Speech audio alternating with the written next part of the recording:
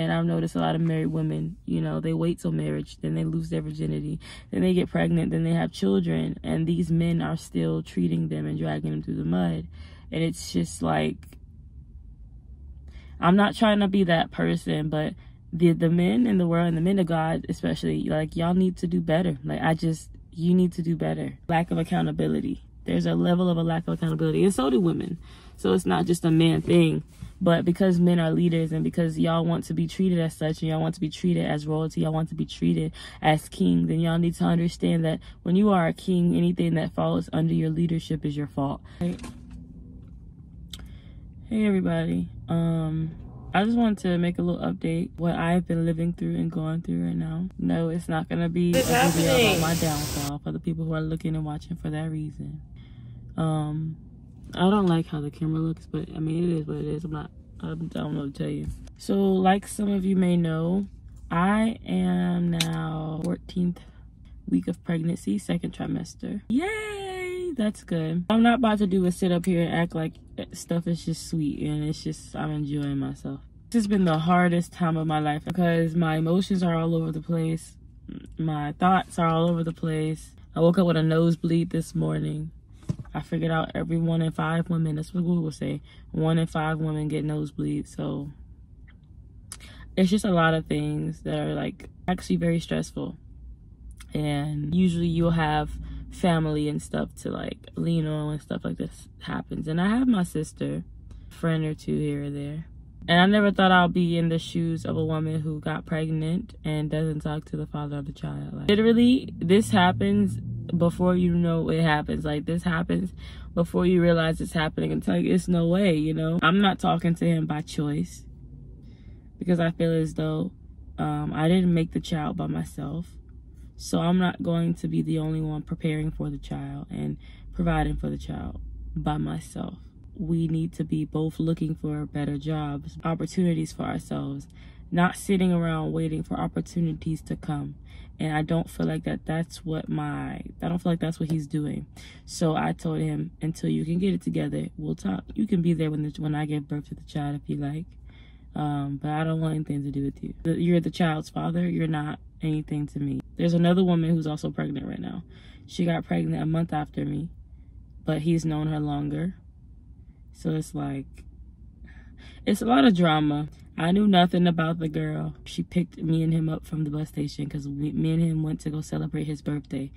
And she was asking me questions like, who are you? What's your name? And I was just like, I think you should ask him. Like, look, sis, I don't got nothing to do with that. And ever since, I don't understand being upset. But if a man is telling me, like, we're grown enough to know, okay, if a man has another woman and he's telling me one thing and telling you something different, like, we're old enough to know never to attack the other woman. I guess not everybody is that mature. She's 30 years old. I'm 21 years old. So it's like, you think that the maturity level will be higher. She's insulted the fact that, you know, I don't really have family. She called me an orphan. She said, does your mama not love you? She's called me a whore. She's like called me all of these things. It's hard to not attack the other woman and go off on the other woman. So in the worldly perspective, I understand. However, girl, he's doing both me and you wrong. Like, I cried because I put myself in a position, but he also put me in a mix of something that I didn't know was going on. And he's apologized for it. But whatever. That's neither here nor there. And then he blames me, right? Because I say that he's not here to help. And he'll say, well, it's your fault. No one told you to leave New Orleans. You should have never left New Orleans. First of all, everybody told me to leave. You told me to leave. She told me to leave. Your auntie wanted me to leave. Your brother wanted me to leave. Everybody wanted me to leave. I'm not going to stay in an environment where I'm not welcome, especially if I am pregnant. I've learned that being pregnant, I can't be stressed. And this pregnancy has taught me so much maturity in different areas in my life where I cannot give people the reaction that they want out of me because my baby matters more. My life matters more, and me being there alive, healthy for my baby with the use of all of my limbs, with the use of I matter and my health matters because I'm going to take care of this baby. I'm going to be here for this baby. I feel like I got myself into something, and it's like, it's nothing too hard that I can't handle, but I would just rather not. There's a reason why God says to wait until marriage to have babies. But I do want to touch on something and talk about something like I'm not making that an excuse at all. However, it's really hard out here for married women. And I've noticed a lot of married women, you know, they wait till marriage, then they lose their virginity, then they get pregnant, then they have children, and these men are still treating them and dragging them through the mud. And it's just like, I'm not trying to be that person, but the men in the world and the men of God especially, like, y'all need to do better. Like, you need to do better. Lack of accountability. There's a level of a lack of accountability, and so do women. So it's not just a man thing. But because men are leaders, and because y'all want to be treated as such, and y'all want to be treated as royalty, y'all want to be treated as king, then y'all need to understand that when you are a king, anything that falls under your leadership is your fault. So we need to practice accountability. Not having a mama with you is frustrating. Feel like nobody understands. It's frustrating. And any woman that goes through this or is going through this, like, you are a strong woman. Like, you are so strong. I just want to give you a round of applause, because it's not easy, and it's not fun, and it's not something that should be taken lightly. Being a mama is hard, as if I'm trying to make excuses. But what people don't understand is, like, there's a lot of emotions attached to being pregnant. My children will know stability. They will know love. They will know a 2-parent household. I prayed for that, and so I know that that's what my child is going to have. I know that's what I'm going to receive. I'm learning to not get angry. One thing that I struggled with is anger. My baby is what matters right now. My body is changing, and I'm like happy because I'm gaining weight, but I'm also like not happy because I don't recognize the person I'm looking at right now. I'm so used to being bony and all that stuff, and you know, I'm still skinny, so I'm not trying to make it sound like I'm being ungrateful, but this is just not what I'm used to.